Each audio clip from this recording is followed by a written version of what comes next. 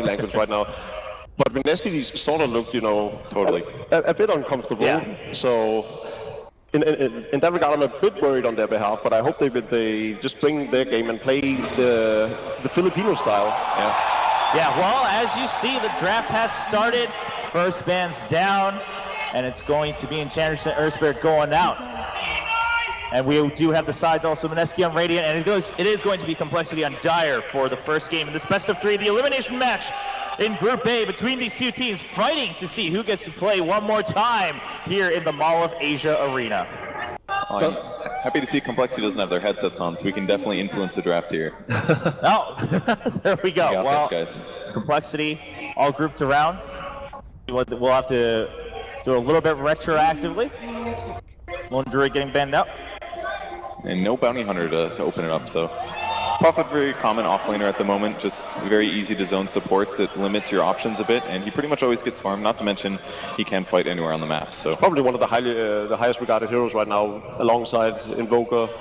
Earthspirit obviously, but he's banned out, so I think Nature's Prophet is a great pickup, especially because they didn't have that great of a success when they had the Invoker pick yesterday, whereas the Nature's Prophet was the one that almost opened up the game for them. Yeah. Doom Invoker in a response from Complexity, really good openers.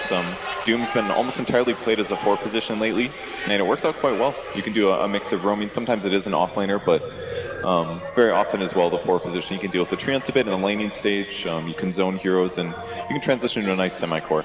Most teams are picking up the Doom nowadays. We saw Liquid having success with it yesterday again. So definitely a strong opening for both teams, depending on the last pick from Mineski.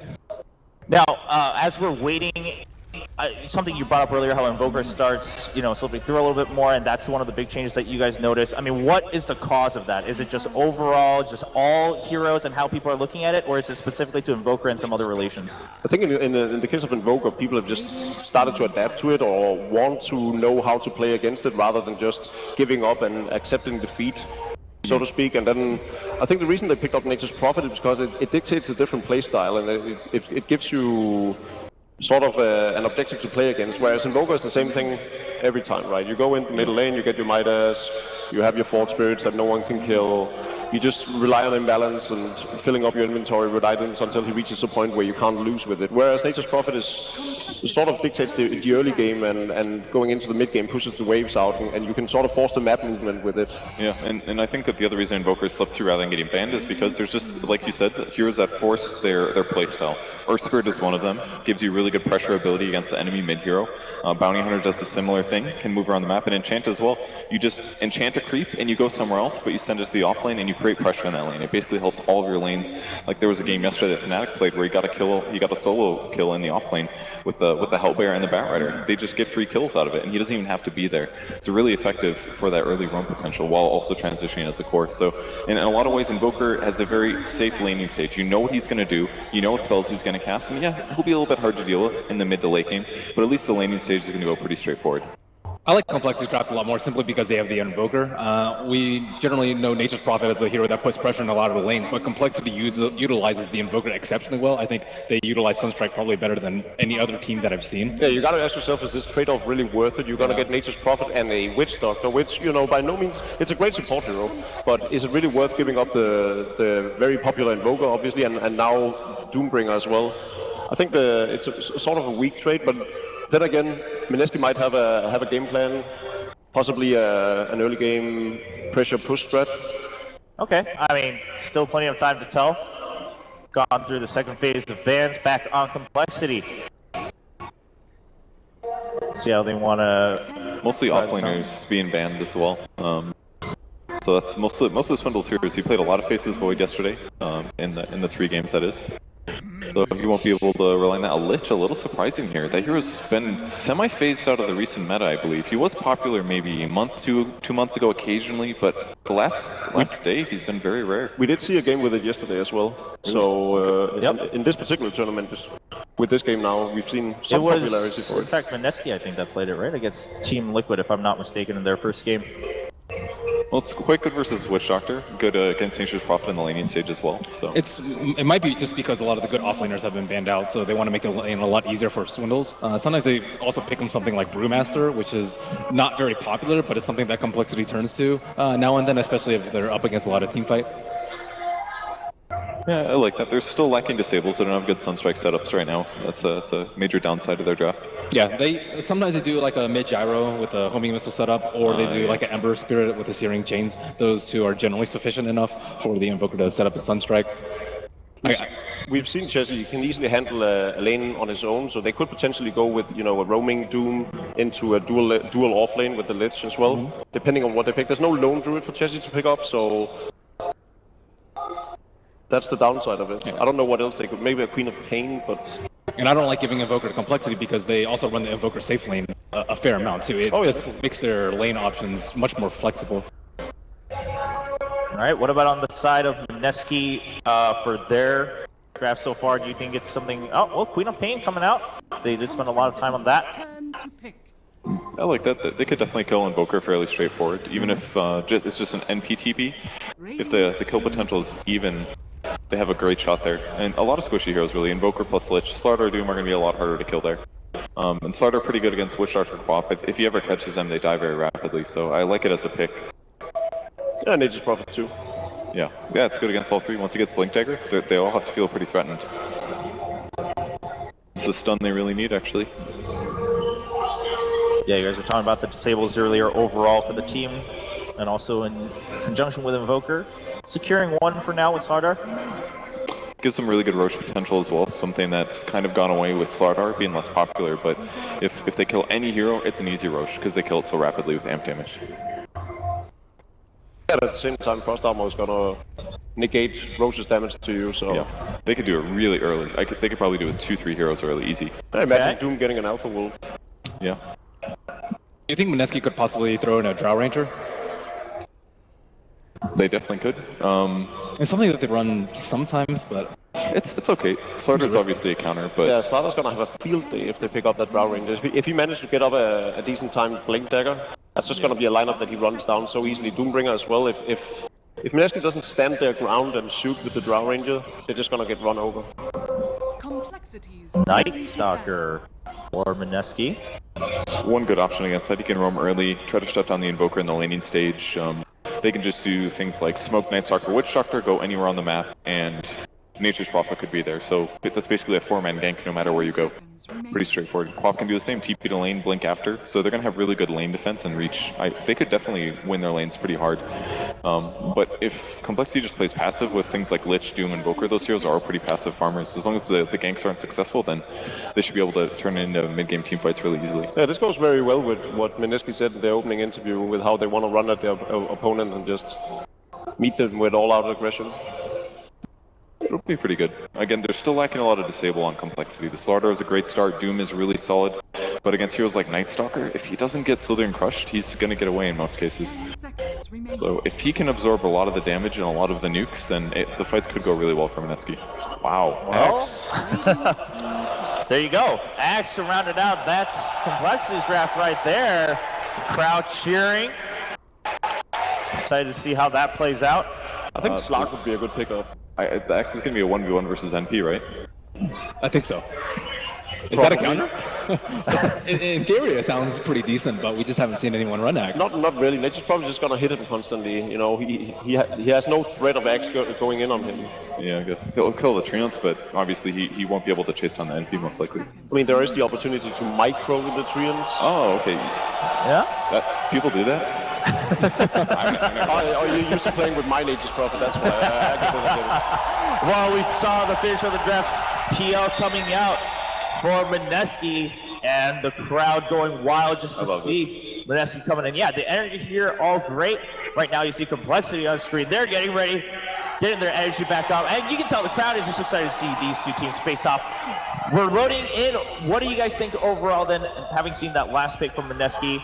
Anything special in terms of, you think, you know, Mineski played out the draft pretty well?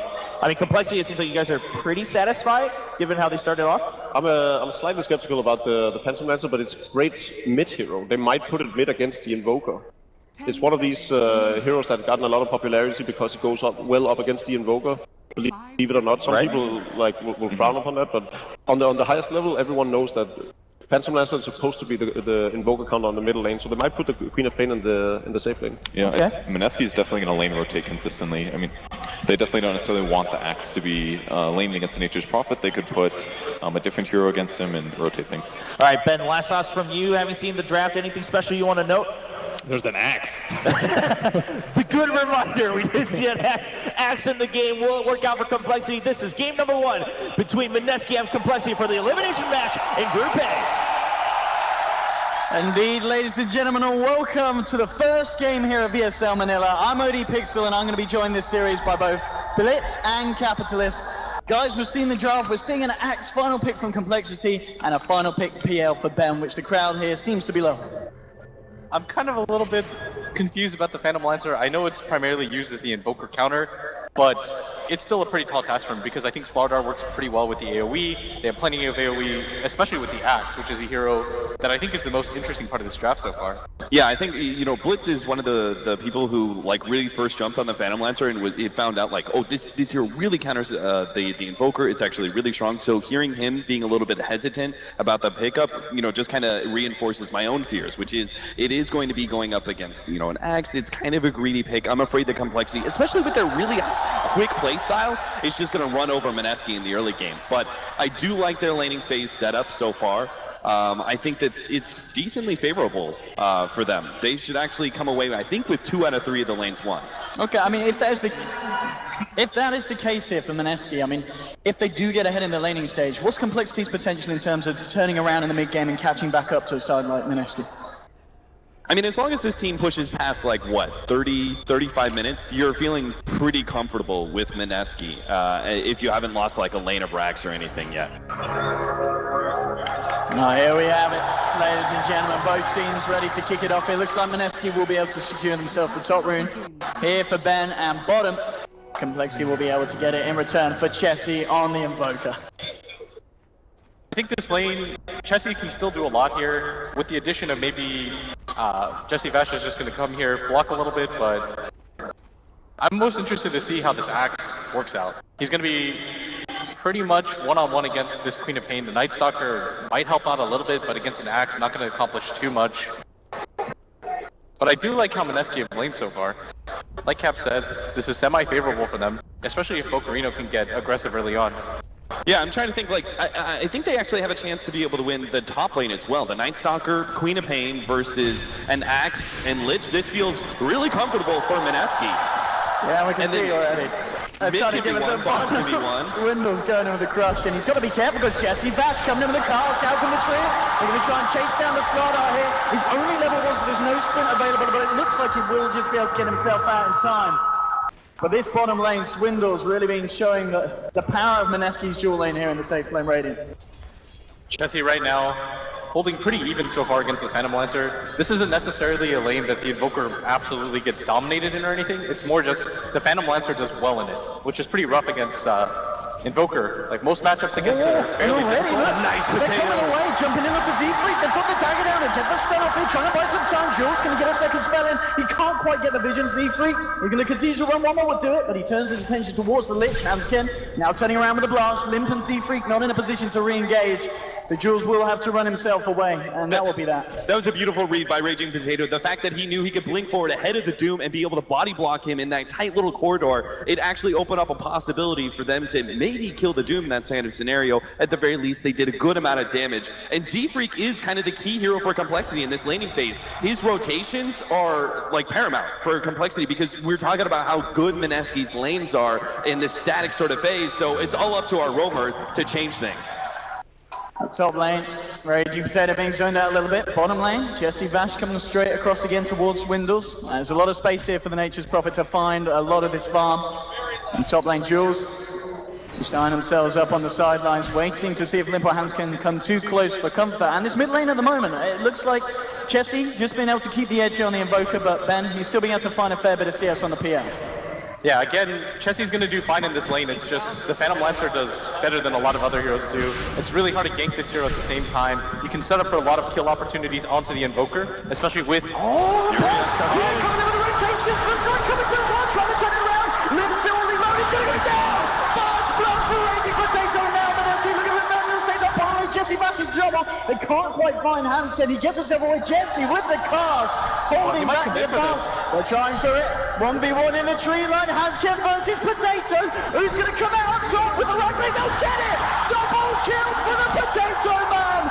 Mineski hitting it 2-0 onto the board. And that is exactly the kind of start that Mineski desperately needed. We knew their laning phase was strong, but they had to be able to capitalize. They had to be able to get those kills. And you know, with a team like this who suffered a really bad loss to Liquid, they needed something to really get that blood pumping.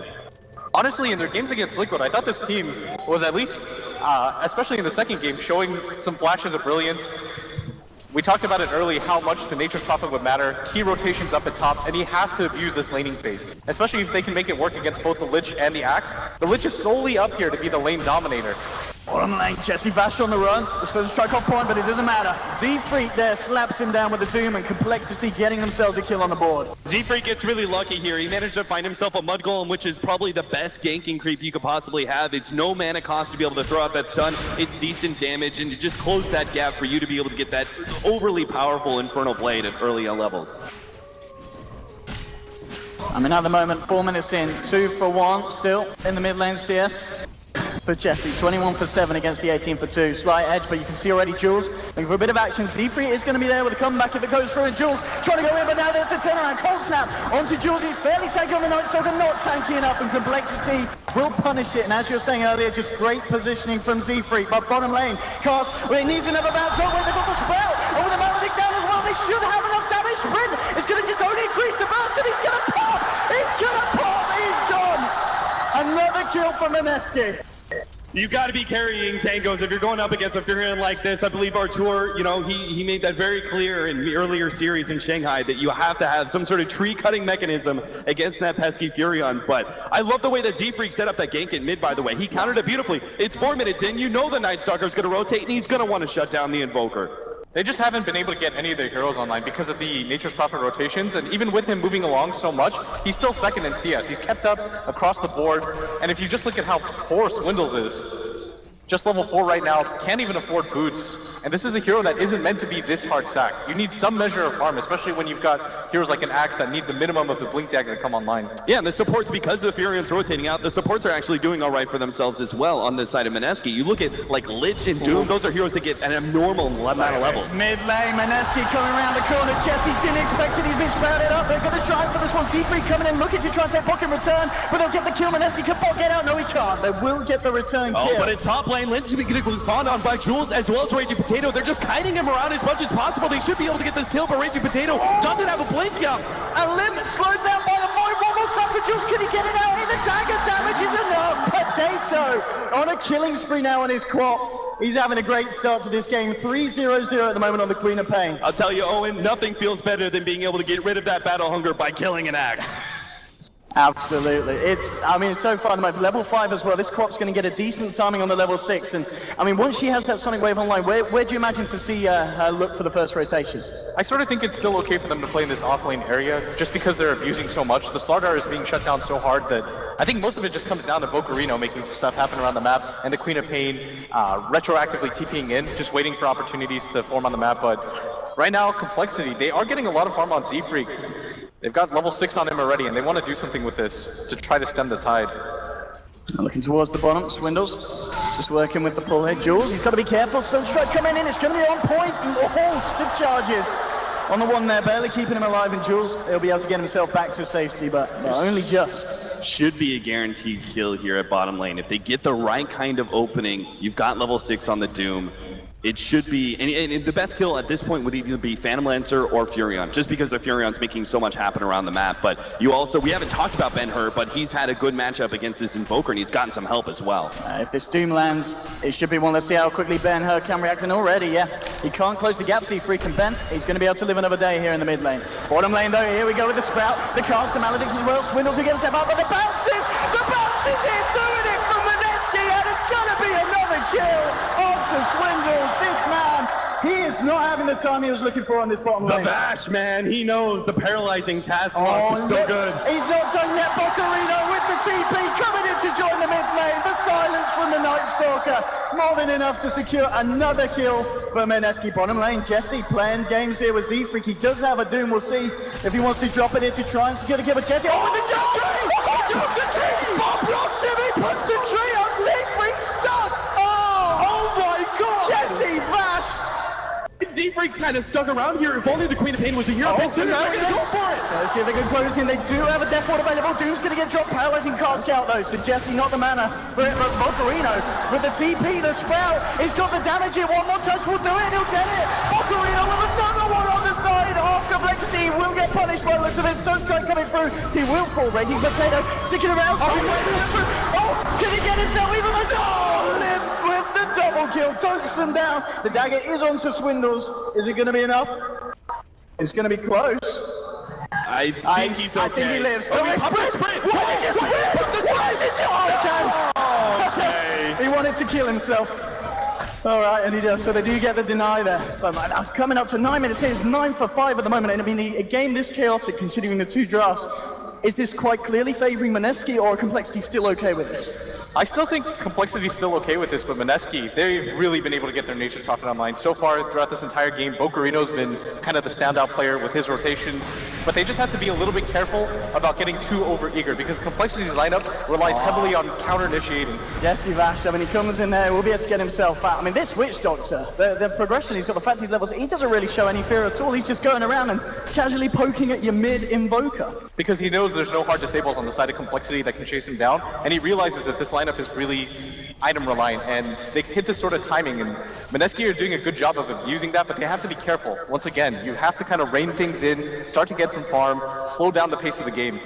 Yeah, especially once Complexity start getting their Blink Daggers. Limp, of course, win for the Vanguard, but we'll also see the Slardar is going to be going for a Blink Dagger eventually as well. These are kind of heroes that will absolutely destroy you if you overextend yourself. I mean, you talked about it earlier, just as we came out of the draft, the potential for Complexity to go for that Roshan attempt. I mean, at what point in game do you feel they're considering? I mean, at a point now, is it just still too risky against Mineski's lineup? Yeah, there's no reason to make that kind of risk anyways, just because even though you have the dire side advantage, it's not like you'll take it so fast that Mineski won't come into fight. You've got a lot of things to deal with, like the Death Ward. The Nature's Prophet can send summons in to kind of periodically check. No reason to make that risk quite yet. Yeah, you don't actively try and do something like that at this point. You're just trying to, if you get a really good opening, yeah, absolutely take it. But it would require picking off 1 or 2 heroes near the Roshan pit and immediately funneling in. That just seems unlikely at this point. All teams are keeping themselves pretty spread out. Indeed, we've got Z-Freak's waiting for him to push up. Swindles, can he cancel the steep on Jesse? He should be fine, he's in the trees and he will get out in the blink. Just before Z-Freak gets a chance to land the Doom with any vision. Bottom lane, Bocarino and Jules moving in onto Limp. They're going to try and go for this. Nature's Wrath will come flying through. It's going to connect, but now, battle on goal to Jules. Jesse Vash is there with the cast. The Maledict now will drop the Death Ward in the middle of the fight with a Chain Frost. The mini-stun will cancel it. They should play with the Witch Doctor's life. The question is, can Complexity find more? They're chasing Bocarino, so strike. It's going to be off the bottom of the crease, blocking him in temporarily. Will get himself behind the tower. There's going to be a TP reaction for Ben on the PL, ready to turn around. Takes the last on to Z-Freak. Jules, can he connect another spell? Jukes it. He shoots the call out. He's now going to get battle onto the Limp. He's going to get the dog. It's been sprouted out on the backline. Jules killing Haskell. He'll take down the Lich. Can they move in more? Say the top lane. Potato takes down Swindles. A huge. He's got another boy too. This is a kill. Double kill for Jules. They'll get the sprout out again. Can they try and found themselves into the fourth here? In fact, get the side of Mineski. And Mineski will do it. Triple kill for Jules. I mean, we're talking about the fact that, yeah, Mineski need to be careful with their aggression, but it turns out it's actually Complexity who need to be careful. They're the ones who end up overextending themselves, lusting after those kills into the tier 1 tower, the bottom lane. Just a bad idea in general. Mineski were ready with the TPs. And during that time as well, the Queen of Pain able to get the solo kill on the Swindles up at top, while simultaneously his team creates the pincer at bottom. All it does is cost them a Witch Doctor. For a second there, it looked really successful for Complexity. They didn't lose anyone initially to the Death Ward, and they were able to turn things around, but they just don't have the manpower right now. I mean, as you said earlier, Cap Mineski, they're going to be so happy coming into this one. Obviously, this game, very important elimination match this series. And Mineski turning to 13-6 at the moment, 12 minutes in. In terms of net worth as well, You know, it's not a situation where Complexity are necessarily finding a lot of farm in return. They are just ahead, and Mineski, they've got the gold that they need on their cores. I mean, in terms of kind of any big item timings, is there anything you feel the Complexity should wait for until they get before they try and go for another play like they just did on the bottom lane? No, I mean, it's nighttime. You should definitely be looking for your pickoffs. Unfortunately, Mineski did smoke up into ward vision here, so I see it unlikely Swindles gets picked off. Oh, maybe they still get him. Like that. They can certainly give it a shot. They'll get the Void Stone. Here we go, move it in.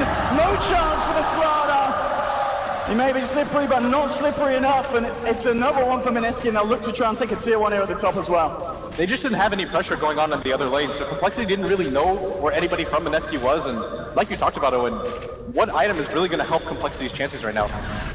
At this point, you usually see the Invoker have the Midas and already building into something, but for me, look at this bottom. I mean, Limp, he does have to back up at the Lich. Is it going to be enough, especially with the TP coming in for both the Nature's Prophet and the PL joining this fight here.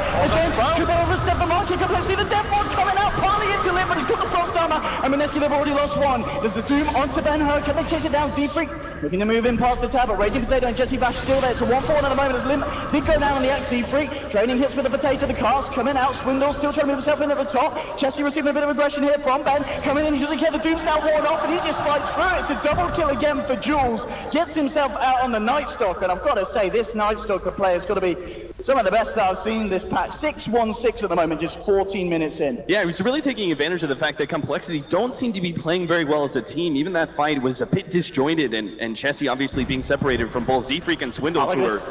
Ben's just playing with him here. He's got Potato. They do have a Sonic Wave, but they can set it up, and a Sprout onto Doom. Now Z-Freak will bite his way out, and he will get himself away. Swindles, though, kind of left alone here on enemy lines. Mineski, they're going to look to try and punish this. Coming through, he's got a Sprout in a second. Bot, he'll land it. Trap is wounded up, but again, he has got that to Quelling Blade to get himself out, and Swindles will live this time. Z-Freak's cutting across with this haste rune. It looks like he maybe wants to try and catch out somebody, but without Doom, I don't see this possible unless Sunstrike. Oh, he's on point! They do let the Sunstrikers Z-Freak! Oh no! A huge error there from Complexity. And mid lane, Chessie, the man who just missed his Sunstrike, now he's going to be missing his life, his family, and his kids. He's dead. Another kill, 19-7, my goodness. Mineski are just not stopping. The Queen of Pain gets a kill on Swindles. Just everything is falling apart for Complexity, and Mineski, they're just gaining more strength because these are the kind of heroes who want to be able to snowball off hills. I can't really imagine any other, like, 4 position that gets more out of getting kills than a Night Stalker. Maybe like a Bounty Hunter, but this hero's rapidly getting out of control. He's going to have an axe sooner. I don't know, Complexity, I honestly don't think they can win once the axe is up. Limp looking to lead in here on the mid lane, but with the tower gone, Mineski, they'll just start to move in on the axe. Gets off the cool, buys him some time over the edge, Charlotte with the Sprout. Buying time for Mineski moving, second lance flies through, Jesse, ready with the cast, and the Maledict on to Limp, Sonic Wave, it will just flip Limp, he's got the Maledict on as well, might pop, then we get the Storm to Potato, so striking now the Chain Frost. They'll find the kill onto the quad, Limp falling low, he will go down one more tick on the Maledict, he should pop it, and he will. They'll get the axe kill, but they do play with the quad, and Ben, he's been doomed up as well, and Z-Freak now, helping the team turn this round, double kill, can he find more? Swindles can't even get the crush out, making it a 2-for-2 even fight at this point. Mineski, do they want to go back in for more? You can see the Night Stalker Jules looking to see if he can come back in onto Z-Freak. Jesse throws out the cast, but it looks like they'll leave it as that. An engagement ending 2-for-2, and Complexity, they do find both the PL and the quad, so one of the better trades so far here for the Americans. Yeah, that was a fair trade-off, but unfortunately Chessie's still falling a bit far behind. Still doesn't have that Midas. Blitz, how do you even play with the Invoker at this point when you're this far behind? I think the issue is that the pace of the game is too fast for an Invoker, and that's what Mineski are doing really well. Is I was a little bit afraid that they might get too over-aggressive, but they're just that far ahead right now because Complexity just don't have any fighting items right now. They rely heavily on spells. Z-Freak just doesn't have any sort of way to open up with the Doom, aside from just kind of walking in. The Slardar still really far away from the Blink Dagger. This is not a flash trauma hero, especially in a game like this. He's never going to find the map presence to be able to get anything. Lich, again, just a lane-dominating hero that doesn't really itemize or scale very well, and even bigger than that, it's the Axe, the hero that was kind of meant to start the fights for you, still 1,000 away from the Blink Dagger, and Complexity, they kind of have to slow down the pace of the game, wait for these items bare minimum before they get into the next engagement.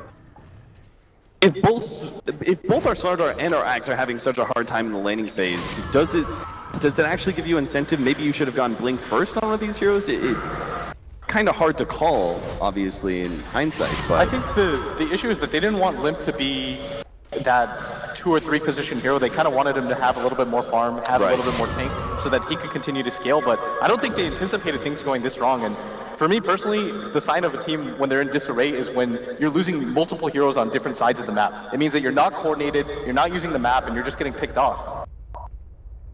Complexity, they have very little map control at this point.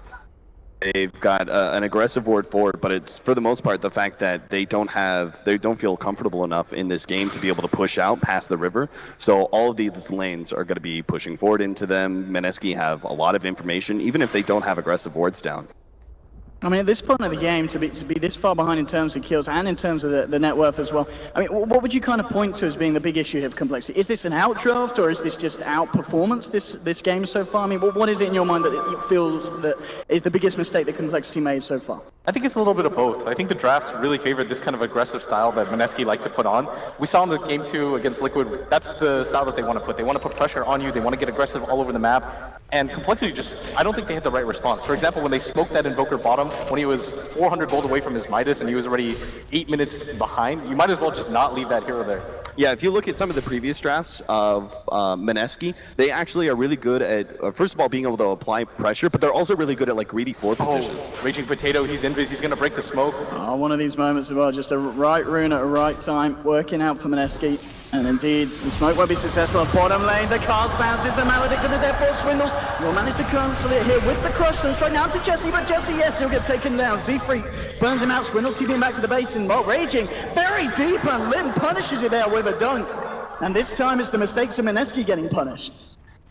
It's rough to see this, but Chessie can't really do anything about Ben-Hur. Yes, Complexity did pick up a number of kills, but Ben-Hur is still free farming away. He's going to have his Diffusal Blade soon, and he's reaching a point where Complexity have to get like perfect initiations in order to stop this carry. Yeah, for a second it looked like that was actually going to go okay for Mineski just because they went on the bottom lane because they saw the 2 heroes smoked up. They knew there was no way there was going to be support there, but Raging Potato playing a little bit too over-aggressively with that invis. And they've got to be careful because now that they know the Axe has this Blink Dagger, the counter initiation is going to be really strong for Complexity. As you said, Cap, that Diffusal all done now for Ben-Hur, ready for the next one. And we are going to see bottom lane, Jesse Vash coming in. He's on his own at the moment, still 20 seconds for the Death Ward. As Z-Freak starts to push in on the tower, he has got the backup of the Lich round the corner. Blitz, you see this build from Z-Freak? Going the Shadow Blade that you like so much. I think this is a really important pickup. The differentiation between Blink Dagger and Shadow Blade is that Shadow Blade is way better in initiating on a hero like Phantom Lancer. Obviously, you have that Doppelganger, it's quick reaction spell, so you need that like perfect initiation essentially, and Blink Dagger doesn't offer that. Yeah, you can set up really easily with this item, but I don't know, it still feels a little bit late, and more importantly, I think this Slardar just needs more farm, because even just with the bare bones Blink Dagger, I don't know how much impact he's going to have.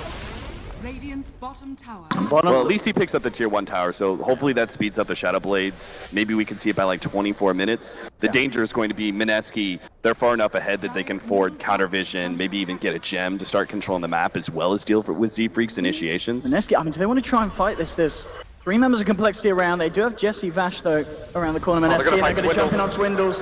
Straight away, just eyeing out the situation. Jesse Vash coming in and now bot with the TP. Stun on to Swindles. They'll manage to get themselves the Slardar at least. Can they find themselves any more? Z-Freak will just be able to TP out in time, but Mineski, again, just controlling the map and making sure the Complexity, just they can't feel safe coming over to the Radiant at this point. I know it was a simple like one-off pickup, but just watch the way that Jules plays these kind of team fights. He doesn't know if there's going to be like a bunch of Complexity members counter-initiating on that Slardar, and watch how he goes in and out constantly as a Night Stalker, and that's really the optimal play. He gets in there, pops a void, backs up a little bit, and they're keeping their spacing really good, which is why their aggression is working out so well. They're never actually staying too clumped up.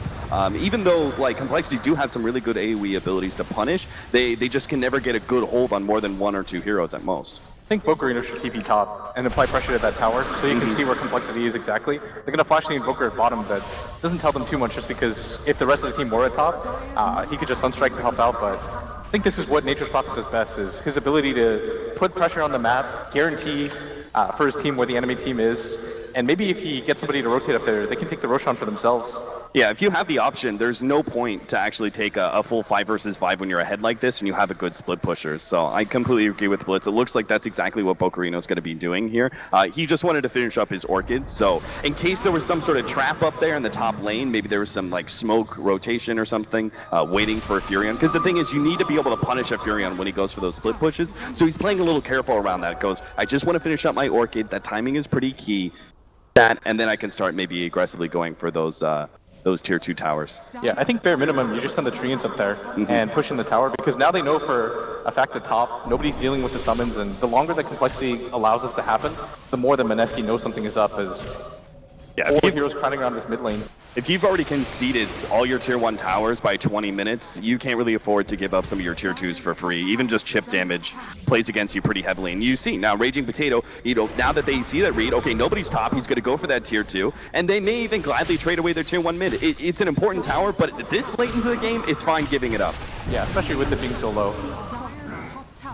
We'll see if the jump's being made by Swindles. Will jump through, but Jesse gets out the castle level. Still got the Doom out on the back. Now with the death over the side, like the chain frost will come out to cancel it. And already Mineski losing 1, losing 2 is double kill for Lim as he comes down hard with the dunk. Can they get themselves anything more? Up to the high ground. Hauskin gets the slow onto Bocarino. Can they find the catch out here? And they'll jump forward on Lim. Look at the control. There's the jump hit for Swindles. Gets the crush down. And a 3rd kill for Complexity. Mineski losing it a little bit there in the mid lane. As you said, the trade in towers was made. And Complexity as well, just jumping straight past and looking for the actions right off the back of it. This is purely going to be a decision game from Mineski. They need to be able to make the right decisions because they have all the information in the world. They have an Axe Gem Night Stalker. They really should not be caught out in those mid lane scenarios. Yeah, Jules is going to spot this out, but this is going to go down way too quickly. And Mineski have been in solid control of the game up until this point. And I completely agree with that decision to not defend that mid tower. I think your team just isn't very tanky. Complexity, they still have the jump and they've got enough burst damage, and with the Doom eliminating a hero and taking out his net worth, it evens things out really easily for them, and giving up the Roshan. That was kind of the whole point of Mineski's, the way that they were playing so far, especially with the Axe Night Stalker, just denying that ability to go for it easily, pushing in that top tower with that Queen of Pain, but... And now look where Limp is. Once upon a time we were talking about like, oh man, he had Vanguard, no Blink still. Now he's got a Blink and a BKB. This means he can deal with the Phantom Lancer a lot easier, doesn't have to worry about as much with the Diffuser Blade. You've got other things like the Night Stalker Silence, which is pretty obnoxious. It's Night Stalker, like Jules is playing incredibly well, and I'm going to anticipate that he's going to be looking to stop the initiations or follow-up initiations from one of these 2 Blink heroes. Yeah, I mean, at the same time, talking about the fact that you have got this Axe Gem on the Night Stalk, I mean, how does Z-Freak play around this with the Shadow Blade? I mean, catching out the PL, he talks about how that is a better item in this situation than the Blink because of the cast time. I mean, surely that's just going to be so hard to pull off now with this Night Stalker. Don't run into him. Somehow, some way. Hey, more than anything, what Z-Freak is looking for is just opportunities to find solo heroes. It doesn't even have to be the Phantom Lancer, but something that's gone wrong for Mineski so far is because they've got both the Orchids, they need to start the fights. If they get jumped on, they've got an 1100 HP Queen of Pain. She's going to go down really quickly with the Slaughter's amp damage without the BKB available to her. And with Ben-Hur getting doomed, getting rid of a hero that has so much of your network, you got to be careful for Mineski. In your opinion, which one was the wrong pickup in your mind? If you don't want to see 2 Orchids, would you rather have seen the Axe on the Queen of Pain or like a right-click build like Maelstrom from Bocarino? Or maybe even an Axe. Maybe this is the kind of game where you can maximize split push to punish Complexity. I think Raging Potato had to build a little bit tankier. I would have been okay with the Axe. Ultimately, it was okay. He was able to get some kills on it, but now that the pace is kind of slowed down in Complexity or 5-manning, the effectiveness of this item on Queen of Pain kind of dies down a little bit. Yeah, a lot of the decision-making going into picking up an item like Orchid is some of your lane phase. This is what we were talking about. Indeed, Z-Freak closing the gap here with a Shadow Blade, drops the Doom down, the drums are popped as well, the look for the chase down, the Stone Strike, it's going to connect to Bocarino. No way out of this one, he'll get taken down. Raging Potato is there with the turnaround, walking onto Z-Freak, a Sonic Wave as well, it's enough there. Coming in with a Soul Burn, brings down the Doom. So they will manage to punish Z-Freak, but that is losing Bocarino and a man who's doing the best at the moment on the board, top of the net worth, so a big kill for Complexity. Oh, but they might even get more here. Swindles, and he goes with the crush, they'll time it nicely with the Berserker. The chain frost coming through the board, he's going to do enough here. Swindles taking so much, he's going to pop. Oh, he gets the dunk, and can he get Jesse as well? Definitely runs into the tree line, double kill for Limp as he clears out another. And again, Complexity starting to find these trades that are definitely favoring them.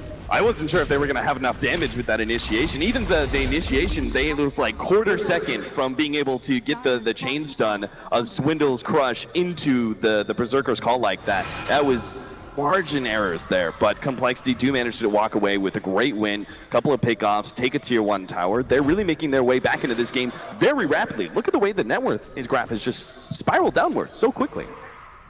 And it all leads, I think, into that first mistake from that mid lane. The choice to try and stick around and maybe try and defend that tier 1 tower and end up taking a bad fight. Yeah, they've got to wait for the nighttime, probably the BKB onto their Queen of Pain before they get aggressive again. Jesse Vash not really going to wait for the Ags or anything like that, way too far away. You've got a Vlad's coming up on your Night Stalker. When it comes to map movement, the Nature's Prophet, what you usually want to do with this hero, Owen, is you want to put pressure on that top lane to kind of figure out where heroes are, send the Treants in at all times to kind of just scout around for you, but you can't really do that now that the Doom has the Shadow Blade. Yeah, it was supposed to be an information game constantly for Mineski. They should have always been able to know more about Complexity than Complexity knew about them between these two heroes, the NP Again, and the Furion. And we've now seen this all before. He's trying for the Z-Freak. Actually not going to go for this one. Backing up, maybe a little bit too scared of more being there, as Night Stalker did call in the ultimate. So just aware that Mineski could have been around the corner to turn that one around on him. So just safe plays here. Yeah, Complexity, they're in a pretty good spot right now. They don't want to give away whatever they have so far. They've got good momentum on their side. That's the most important thing. You saw how hyped Mineski were getting, and again, that's what I caution against, right? Is if you get a little bit too over-aggressive, you decide you're going to take all of these fights, all it takes is one for Complexity to get back into this game. I mean, considering it indeed just the laning stage, Complexity have really got back into this. I mean, at the start, we were seeing Mineski, 4 heroes at the top. But each of these pickoffs, each of these kills is certainly bringing Complexity back in, and as we can see, just looking for a push on the bottom, looking to get that tier 2, and Mineski, they're not going to look to hold this one. They're almost only just going to wait for a high ground defense. And I mean, how good is the high ground defense of Mineski here against the pushing power of Complexity? I think it's kind of mediocre. It's okay. They don't have the best wave clear. They don't have the Ags on top or anything like that, but I don't think Complexity want to go high ground with this. I think they're completely comfortable with the pace of the game anyways, just because you're starting to see a trend with Mineski. Their lineup post 25 minutes is, how do they initiate a fight? They don't have one of those instant stuns or disables like the Axe Blink Call or the Slaughter Blink Stun, right? You've got a Night Stalker that pretty much just has to run at you in 2 Orchids.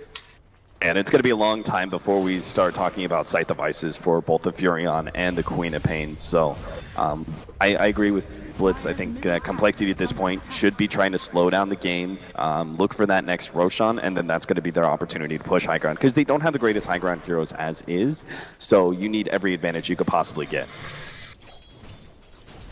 And it certainly does seem to be that case. The pace just slowing down at the moment.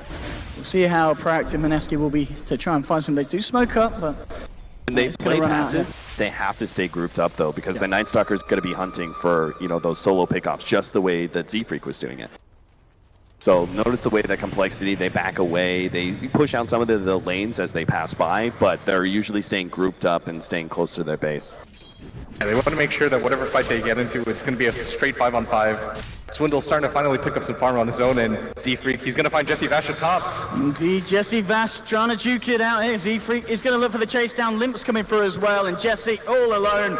They'll get themselves another one here. Complexity dunk from Limp to seal the deal. And this Axe pickoff, where it might have suffered a little bit in the laning stage, it certainly seems to be working out in a game that's kind of this chaotic. I mean, he's really picked it up in 8 kills at the moment on the big red map. And this is where you see like larger like international experience really come into play, is that a more experienced team is oftentimes just going to have better movement around the map going mid to late game. They're just more experienced with these kind of scenarios, and it's completely showing. Complexity have gotten how many pickoffs now in a row, you know, up against Mineski, who'll have an Ags Gem Night Stalker. It really shouldn't be feasible that Doom repeatedly goes out with a Shadow Blade and doesn't get punished like this, but Complexity are just making really good reads about Mineski's movements. Yeah, absolutely. As we saw there on the graph, I think in the last 10 minutes, Mineski have found 2 kills, whereas Complexity have found, I think it's about 10 there, by the looks of it. Sorry, 3 in about 11 or so. So he's definitely Definitely swinging back around for Complexity. Mineski, I mean, how do they do something, Blitz, in this kind of situation where we're seeing the Complexity, they're managing to deal with the aggression of Mineski, they're slowing down the pace.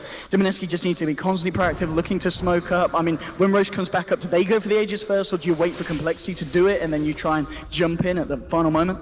I think you absolutely can't give up the Aegis advantage against Complexity's lineup. I think a pretty good move for them to make would be to bait things with the Agadem's Night Stalker, have him kind of hover around, scout out for Z-Freak before he can get the Doom off and you play the chance game, and then just have Mineski swarm in. But it's a small sample size, but even the game against Liquid where they had that early game advantage built up, and so far in this game too, it doesn't feel like they know what the next plan is, like where the direction goes after a certain point. At some point, you just can't keep killing heroes and running at them. You have to have the game plan overall set in your brain. You can see Complexity kind of feather footing it around at the top, not ready to fully commit, and with the ultimate from Night Stalker, summoning the darkness. Mineski, they would be in a position to jump, but Complexity, they're just playing it safe. They hover around the top lane, clear out a few waves, back up. Chessie's on the bottom, just farming up as well. And Complexity, as you said, exactly what they need to do, just making sure that they don't give anything away to Mineski now, and just managing to climb back up in terms of value and overall net worth. It's starting to go back over to the side of Complexity now at this point. One of the big reasons we're willing to give Complexity a larger swath of time than perhaps original predictions is because of the fact that the Phantom Lancer is actually rather far behind in net worth. He's sitting well below the Doom even. Like, he's middle ground, and that just cannot happen for your primary carry like this. And this just means we're prolonging the time where the Axe and Slardar and even the Doom in some ways are really effective versus a Phantom Lancer, just because he has so little HP. If they actually get that initiation, he's done for. He's got the Manta now, but it's only once you start looking at like things like the Heart where the Phantom Lancer becomes a really big problem in team fights late game. I think this is a really good opportunity to go for Roshan. They know for a fact that there's no nighttime coming up anytime soon. The cooldown is still there from the Night Stalker. And Mineski, they can't fight without vision, but it's kind of a weird lose-lose scenario where Mineski sort of have to give it up, but that might just be in high ground. But they're going to contest this. They're going to go for the smoke. Big disadvantage here is they don't have nighttime, and Aegis is already going to go up with them. Now Mineski's just backing up straight away. They don't want to fight into that one. They've got to be careful. Complexity, they certainly do. As soon as the Aegis is picked up, we can see with this wraparound. Going towards the mid lane, Mineski wisely heading themselves away here. We'll see if Complexity can continue to chase. You've got Bocarino. Well, they know the Nature's Prophet. They got his ward up there. Oh, and straight up. Swindles jumps in. Out comes the Amplifier. No escape for this Nature's Prophet. That's what you get for Cliff jungling. I think Mineski were really hoping that there was going to be one hero that rotates up to the top lane and then we get the pick off. Ooh. Very lucky that that call was just off point. Very lucky for the PL. Night Stalker gotta pop his nighttime just to get out of here. Wants to see where Z-Freak's going, and the Queen of Pain's still showing in top. She's got to be careful. Blink her way up, and Z-Freak's going to give up on the chase, but even giving up a hero like that, I think Mineski, they didn't have, well, clearly they had no idea that the ward was going to be there. They didn't really know when Complexity even got that ward up there in the first place. Like, Bocarino thought he was being cute by being... So window of the BKB in and out there. No point messing around, and just in case they have more there. Probably just push out the lanes if you're Complexity and then just go for the high ground. Like, the pace of the game has devolved to the point where Mineski, I don't really know what their move is aside from just holding high ground and hoping that Complexity get over aggressive. Yeah, the best you could possibly hope for at this point is maybe going for a pickoff when you, like, Complexity have to get some map control, so they're going to split up a little bit, they're going to push out these lanes. Maybe you get a pickoff, but it just seems so unlikely, especially when it goes back to daytime like this, so... seems like Mineski have no other option but waiting for defending high ground. Phantom Lancer just poking away at Ancients. Not a lot of options for his team to farm right now, as they still have the ward up there. I was going to say, not being taken down, yeah. Raging. If he goes Swindle. Ah, there we go, there's the D-Wall, but Swindles, he'll jump in, get the crush. Do they have the control on Potato? He'll put the BKB in, with the Pure for the Surge Strike. Complexity bursting down Raging Potato. And now seeing if they can find more limp. Chasing down, Jesse Vash in a lot of trouble here. The Tornado catching out the Witch Doctor. Complexity looking for a second and they'll find it. Wicked sick now for the Axe. And we're really closing in on the kills. 24 to 21. Complexity pretty much all but just removed that advantage that Mineski had at the start of this game. I mean, things are just getting really sloppy right now. Like, they knew the ward was up there just because the Slardar blind stunned onto the Nature's Prophet. Then they send their Queen of Pain just kind of blindly up there. She gets killed. They lose an additional hero on top of that, and This is likely just going to be a mid-racks. And their high ground defense is just not very good. When you have certain heroes like, for example, the Witch Doctor, his Death Ward, and Cask is kind of scary, but you've got Chainbusters. And jumping in, Complexity, they want to try and take this fight 3v5. They see the opening of the gem. Jules, he's gone, he will buy back straight away at Buccarino, turning around with a BKB limp. BKB being a TP out just in front of the tier 4s. And they will at the least manage to force back Complexity. They won't lose Rex in the mid lane. But it does cost them that buyback on the Night Stalker. If only Z-Freak had been able to drop the Quelling Blade faster and pick up the, steal the gem away from Mineski. Ocarina. He's got a 4-staff still. So Hanskin should be okay. And He's going to turn it around. I mean, Swindle's coming around the corner. Boca, he could have come in a little bit too deep, but he has. He goes down. Swindle jumping across the tornado. The Phosphorus will wait for that. Pumps the Sonic Wave. It's a nice one, but it's just not quite enough at this point of the game. Jesse falling low the cast, bouncing through the depth over the high ground. They pop the Aegis there on the Invoker. Swindle's being confused, played up by Ben. The Void from Night Stalker finishing down the Slardar. There's a buyback for Nature's Prophet looking to come back in. Limp, man fighting up against Bocarino, raging with a stream onto two on the sidelines. Mineski jumping in, and he'll find himself a double with the help of Jules. They'll get themselves a second and maybe a third. Z-Freak and a mana potentially out of luck as well. Mineski's looking to turn this one around, and they will. Another kill for the side. And again, buyback used, this time by the Nature's Prophet, but it does secure them that fight there. Maybe can they actually find themselves another one? Chessie caught up. That's for the Invoker, but he's been silenced just in time, and here comes the rest of the side, and they've done it! Mineski, for the last 10 minutes or so, seem to be falling behind, but a fight like that brings them straight back into it. Huge casualties for Complexity. that was a great read by Mineski, knowing that they had to buy back and they had to take that fight kind of no matter what. You were just going to get chipped down eventually, and not allowing Complexity to be able to perform another high ground push. Got to be careful about going for this, though. The buybacks are available, and Limp can catch them off really easily. These heroes aren't exactly healthy. Yeah, They're just going to back themselves away, but like you said, they want to get more, especially with Bocarino's commitment to that buyback. I mean, at the least, of course, getting that buyback out of Chessie top lane. What's in? Chessie, he's brought back. Got the BKB, but and it's he not wants to enough. punish this again. The Sunstrike and the swirl there. Spinning around, Limp. And Chessie, they'll find themselves another. Ben coming through. Maybe they could try and punish this axe. Jessie's around the corner. They do have a Death Ward up as well. Raging Potato there as well as Jules, the whole gang. But Limp pots the BKB. Chessie, they back. Is he going to try and get himself in position to commit, or is he just going to sack the axe? He's hiding on the sidelines. Potato jumping forward. The BKB now run out for Limp. EMP from the high ground will catch him. Meteor down. There's a Death Ward. But Limp, look how tanky this man is. It looks like he will still go down, but only just. And they do lose the Nature's Prophet there, so on that extended death timer because of the buyback earlier. But they do punish the axe, and he's dead for 70 seconds here. So it's, I guess this is fine for Mineski that says the Complexity. I mean, they look like they're going to look for something. Is this still the call to do with an axe down? I think so. They just don't want to get over aggressive because they know that the Nature's Prophet can't buy back and help out. He's one of their higher net worth heroes. They are steadily getting some measure of farm now on their Phantom Lancer, and so it's not as dire as it used to be at one point. He was 5th or 6th in net worth, but now 1st on his team, 3rd overall. He's still playing the sit back and lance, and maybe occasionally he'll run in and right click a support or something in these team fights. So it's still like kind of that point where Phantom Lancer, he's beginning to become like, yeah, more and more of a factor in these team fights. But it's only once he becomes truly tanky that he can make those kind of heavy commitments that Complexity are going to be in serious trouble. You have to realize too that the burden to end the game is on Complexity. They have a 1-position axe. Their Slardar isn't going to exactly scale too well. He's got the BKB, but he's steadily running out of charges. Across the board, they must be, because these BKBs were rather early in the build-up. You know, for all the cores, I imagine they're getting kind of like Invokers. Still fairly recent. Okay, is it just the axes and Ennis is down to 8? But yeah, as you said, axes down to 7. They've got to be careful. I mean, yeah, the fights go on. Mineski each and every time. They're certainly holding in. They've not lost a set of racks yet, even though there was that pretty scary push from Complexity a few minutes ago in the mid lane. They managed to hold on here, and I mean, this game 40 minutes in, it's looking fairly close now again. For a second, it just looked like Complexity were going to roll, pull those through. They had the Aegis, the Invoker had the Aegis on him. They were going high ground. They had picked off a hero previously too. They forced the buyback, and if they could have gone away cleanly, it would have been perfectly fine, but Mineski, killer instinct, they just kind of run in. They knew they had to get more out of it there. They go as Complexity. They know they have to take the fight. The problem with this smoke is Complexity are having all of their lanes pushed in. Bottom is being pushed in by the Illusions. You see mid is just past the river and going forward, and top lane is pushing forward quite heavily thanks to the Furion.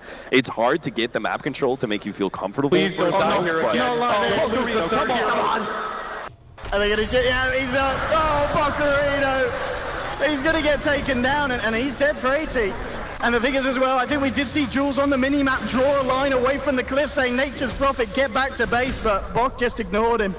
And it's another, that's a big kill there for the side of Complexity, because they could be ready to try and find something more here now. Complexity, I mean, cliff jungling, man. It doesn't just lose you pubs. It can lose you other games as well. He's gotta feel so bad about that one. Like, I don't even know what to say about that. Will he go back up there again this game, Blitz? No, that is like the traumatic spot. He's learned his lesson, never gonna touch that again. It's like he's probably gonna avoid all the areas around it too. Like, he'll never go to the secret shop ever again. Like, he'll go to Dire's side secret shop if he needs to go. I mean, this is good as well. Complexity seeing the advantage. They're gonna go for Roshan. I mean, Mineski. They've got nighttime. Yeah, they've got nighttime. Maybe they could try and do something to disrupt this though. So the illusions in Cedar is fairly low. Chessie's getting low. They can steal the Aegis maybe. Oh, jumping in, get it. Oh no, he doesn't. Chessie picks it up in time. Another cheese. Sonic Wave coming out. Chessie. Aegis now off his hands. Oh, and he stole the drums too. He actually took Chessie's jumps and blinked out. And bottom lane Limp. Just trying to chase down Jesse. Jesse's going to go for the TP out, but the Chain Frost will come through. Cancels that one at the same time. By still kicking off his windows. Crush onto Ben. There's the Doom as well. And this PL receiving a whole world of hate from Complexity. It's a great rush. That they do go for that attempt there on the steal. And as you said, they get the drums, they get the cheese. Still not enough here for Mineski. And just fighting there without the Nature's Prophet, who's now back. Now trying to man fight against Jesse. But can't really do any more, and in fact he may be the one in trouble because the BKB about to wear out, and Limp not going to commit for this one. Well, looks a bit of Sprout. It's being laid down, but Limp, now he's coming back in. Tornado, oh, it's on point. Jesse catching out the MP, and there's Limp as well. And again, it just feels like Bok on this Nature's Prophet, who's having a great start this game, but he's really starting to falter now. Yeah, it almost feels like he needs a blink dagger or something just to be able to, you know, give him that extra bit of movement around the map and stay ahead of Complexity when they try and hunt him down. But Complexity, again, it seems like Roshan is just kind of their lucky charm. They're going to turn a Roshan fight into pushing high ground, and this, I wouldn't say it's do or die, but it's really essential for them to take a lane of Rax here. PL does have the buyback available, but probably not going to want to use it 20 seconds. They'll probably just have to sack this one, especially with the MP still down. Yeah, without the Nature's Prophet and 5 heroes filtering in, there's no reason for the Phantom Lancer to buy back. But Mineski, they really don't want to give up 2 sets of racks. It opens up the map a little bit too much, and all it takes after that point is just one pickoff for a Complexity to go for the Mega Creeps. Complexity should know, guaranteed, that Furion doesn't have a buyback for another 10 seconds. So that's why they felt comfortable pushing that tier 3. And they will indeed get it. Backing up. The question is, can Mineski try and punish this already, Cole? Just TPing out. They're trying to chase up, and nearly on point, but the TP was already done. Still chasing, but all these blinks from Complexity, I mean, very hard team to catch out, and they're out there. I did not actually expect this Ags on Lich. You don't see this item too often, but it's nice. I mean, Lich, he's certainly been picking up. We haven't really seen any fights where there's been a lot of bounces, so the unlimited portion of the upgrade doesn't seem to be maybe too key, but maybe in these high ground pushes, he's going to force Mineski to be much more careful about their positioning. I mean, with the Phantom Lancer on the field, you never know. It could just keep on bouncing around between those illusions and keep on going no matter what. And I mean, the 45-minute radius, I mean, why not? The miss percentage stance is actually like really impactful. Especially against the Phantom Lancer. I think it makes a lot of sense. He is not a hero that wants to go MKB. There's certain carries in the game that are really exploited by miss percentage or evasion, and Phantom Lancer is definitely one of those. And now Complexity, they're just waiting for all of their items to filter in. They've got so many things coming in. The Invoker now has the buyback refresh. Got the Radiance completed on the Doom, like we mentioned. Not a whole lot else that they have to wait for. If they want, they can kind of slow things down. Maybe look for a pickoff using Z-Freak once again. Maybe just wait for the Roshan, but not really in a position where they have to do anything desperate. We'll see indeed what the call is going to be. They're coming up to this top lane. Jules hanging around on the Night Stalker. He is alone, but just hanging around, try and get some of that intel, that vision here for Mineski during this night time, so they know for sure what's up. Again, missing that like really hard disable is costing Mineski a lot of opportunities, I think.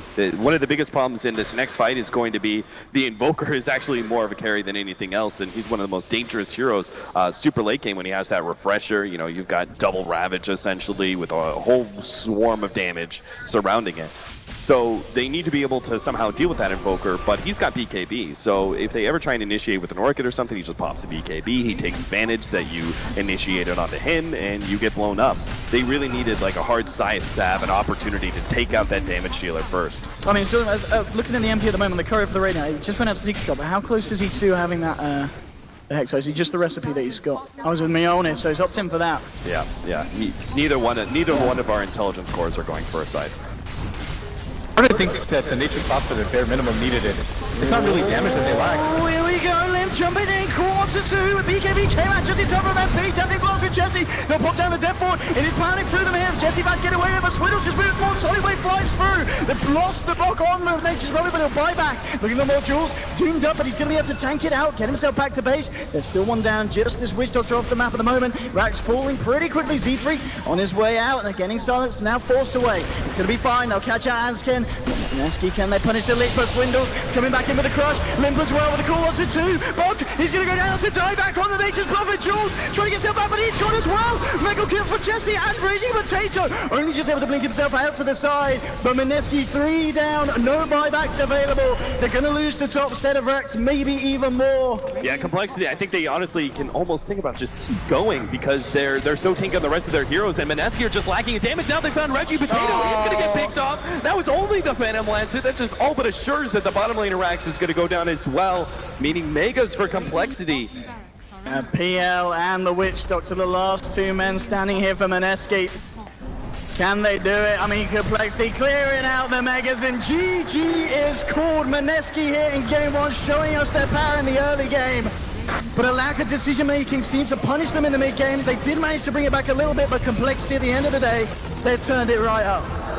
I mean, it really felt like they had a really good game plan going into the early and mid game, and they were feeling the hype of the crowd. They weren't really making a lot of mistakes. Then that mid fight happened. It just felt like after that happened, their confidence just went straight down. They didn't really know what to do after that point. We saw 2 or 3